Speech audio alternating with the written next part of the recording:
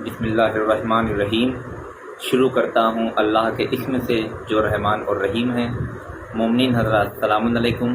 آپ مومنین کے علم میں ہے کہ مولوی محمد حسینی نے ایک مجلس میں نائب امام پڑھا تھا علماء کو، اور اس کے بعد جب ہم نے ان سے نیابت پر دلیل مانگی تھی تو اور اس کے بعد جب خیر وہ دلیل تو نہیں کوئی پیش کری کہ انہوں نے وہ سب آپ کے علم میں ہے، اور جب میں نے دلیل پیش کری تو انہوں نے اس بات کو مانا تھا کہ ہاں نائب کہنا جائز نہیں ہے۔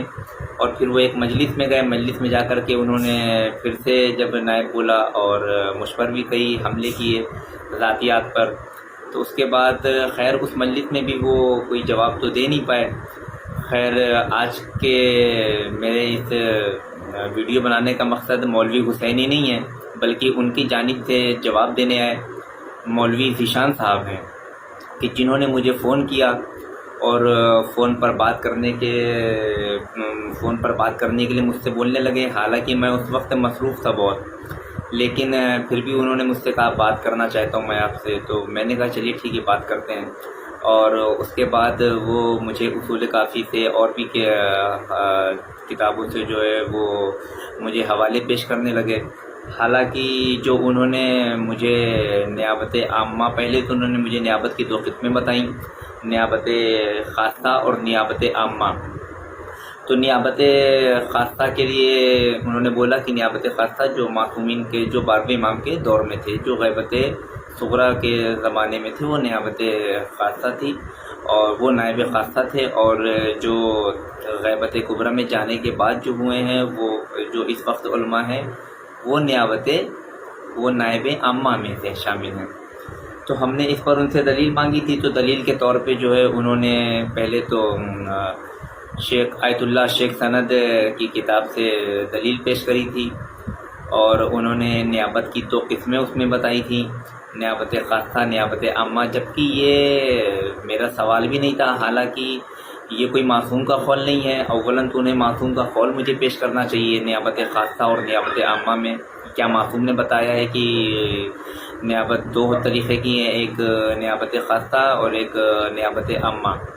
پہلے تو یہ چیز بھی انہوں نے مجھے دلیل نہیں دی، اور اس کو انہوں نے آیت اللہ شیخ سند کی کتاب سے مجھے بولا، اور اس کے بعد انہوں نے مجھے ایک عربی عبارت پڑھ کے سنائی جس کا حوالہ میں نے ان سے مانگا تھا، اور وہ جب میں نے آ کر بعد میں جب میں نے پڑھا کتاب میں تو میں نے دیکھا کہ انہوں نے عربی کے ساتھ کتنا بڑا کھلواڑ کیا ہے۔ اور اب میں آپ کے سامنے جو انہوں نے دلیل پیش کری تھی، وہ دلیل میں آپ کے سامنے جو بھی انہوں نے حدیث پیش کری تھی معصوم کی دلیل کے طور پہ، وہ حدیث میں اب آپ کے سامنے سنانے جا رہا ہوں۔ یہ میرے ہاتھ میں اصول کافی ہے، جلد 1 باب 22۔ انہوں نے جو پیش کیا بطور دلیل، من کانا منکم ممن قد روا حدیثنا و نظر فی حلالنا و حرامنا و عرف احکامنا فلیرزو بہ حکما فانی قد جعلتہ علیکم حاکما۔ اولاً تو مولوی ذیشان نے عربی عبارت پڑھنے میں غلطی کی ہے۔ حدیثنا جو کہ روا کا مفعول ہے، تو مولوی ذیشان نے حدیثنا پڑھا ہے۔ اسی طرح دوسری غلطی احکامنا جو عرفہ کا مفعول ہے، تو مولوی ذیشان نے احکامنا پڑھا ہے۔ اور مولوی ذیشان نے جو تیسری غلطی کری ہے عربی عبارت پڑھنے میں، فَلْيَرْزُ بِهِ حَكَمًا، تو انہوں نے کہا ہے فَلْيَرْزُ بِهِ حُكْمًا۔ اس حدیث سے یہ نیابت ثابت کر رہے ہیں۔ ان کا پورا زور قد جعلتہ علیکم حاکمًا پر ہے۔ یہ ایسے ہی ہے جیسے کوئی صرف اتنی آیت پڑھے، لا تقربوا الصلاۃ۔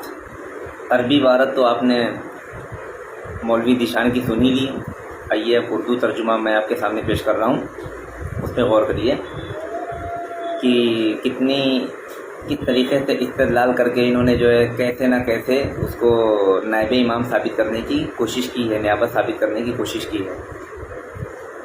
میں نے امام جعفر صادق علیہ السلام سے اپنے اصحاب میں سے ایسے 2 شخصوں کے بارے میں پوچھا جو آپس میں جھگڑا کرنے والے تھے، قرض میں یا میراث میں۔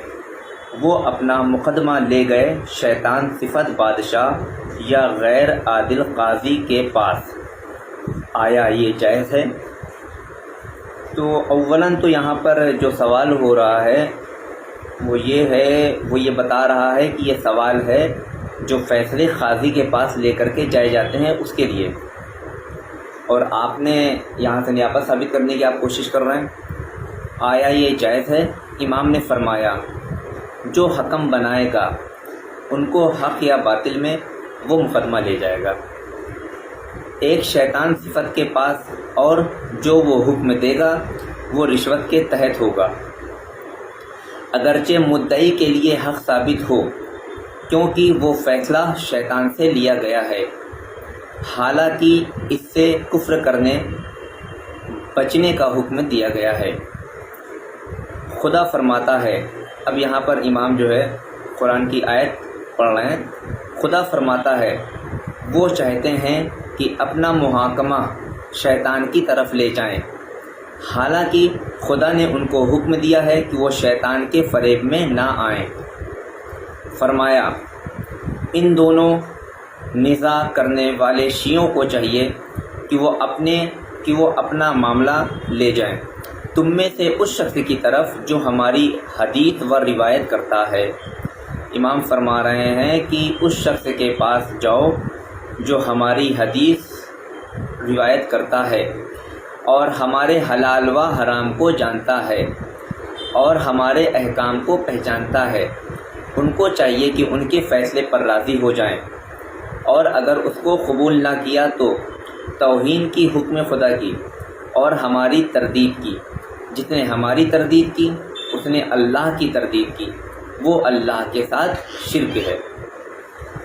اولاً تو یہاں پر یہ حدیث آپ کے سامنے میں نے پیش کری، اس حدیث سے مولوی ذیشان نیابت ثابت کرنے کی کوشش کر رہے ہیں، جبکہ اس میں ایسا کہیں بھی کوئی ذکر نہیں ہے، اس میں قاضی کا ذکر لیا گیا ہے، اور اس میں امام فرما رہے ہیں جو حلال اور حرام کو جانتے ہیں ہمارے شیعوں کو چاہیے کہ ان کے پاس جائیں۔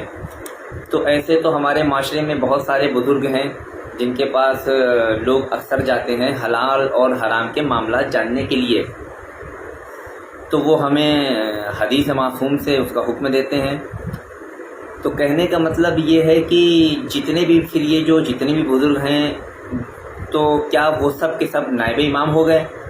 تو اس طریقے سے تو زمانے میں جو ہے کروڑوں نائب امام ہو گئے۔ اس حدیث سے آپ استدلال پیش کر رہے تھے مولوی ذیشان صاحب، اور نیابت ثابت کرنے کی کوشش کر رہے تھے، جو کہ میں نے آپ کے سامنے پیش کر دیا اور مولوی ذیشان کا جھوٹ آپ کے سامنے ثابت کر دیا۔ عربی عبارت میں بھی انہوں نے 3 جگہ غلطی کری، اردو بلکہ یہ جو ترجمہ جو لکھ رہے ہیں انہوں نے بھی یہاں پر کہیں سے بھی نیابت ثابت نہیں کری، وہ بھی لفظ قاضی استعمال کر رہے ہیں۔ ذیشان صاحب آپ عربی عبارت بھی صحیح سے نہیں پڑھ سکے، مجھے آپ میرے بڑے بھائی جیسے ہیں، مجھے آپ پر بڑا ترس آ رہا ہے کہ آپ اتنے سالوں سے آپ پڑھ رہے ہیں مدرسے میں، اور اس کے بعد شاید اب آپ پڑھا بھی رہے ہیں بچوں کو، تو مجھے تو بڑا ترس آ رہا ہے کہ آپ سے ایسی غلطی کیسے ہو سکتی ہے۔ اور اس کے علاوہ آپ کے اندر ایک خوبی اور موجود ہے کہ مولوی ذیشان صاحب آپ جھوٹے بھی ہیں۔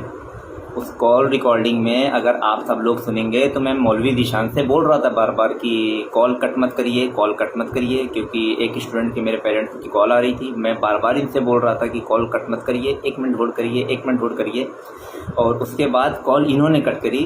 میرا مولا گواہ ہے کہ کال انہوں نے کٹ کری، میں اس وقت مصروف تھا، میں نے آپ سے کہا بھی تھا کہ میں گراؤنڈ پہ ہوں، میں پریکٹس کروا رہا ہوں بچوں کو، لیکن آپ لگاتار جو ہے، اور آپ نے اس دوران جو ہے کئی بدتمیزی کے الفاظ بھی استعمال کیے میرے ساتھ، او اے کرکٹر، یہ کسی مولوی کی، یہ کسی بھی عالم دین کی یہ زبان نہیں ہو سکتی ہے، کیونکہ معصوم کا قول ہے کہ حسن اخلاق ایمان کی پہلی سیڑھی ہے۔ بتائیے ابھی جب آپ ایمان کی پہلی سیڑھی نہیں چڑھے، آپ نے کیا مدرسے میں علم لیا ہے؟ آپ نے کون سے مدرسے میں پڑھا ہے؟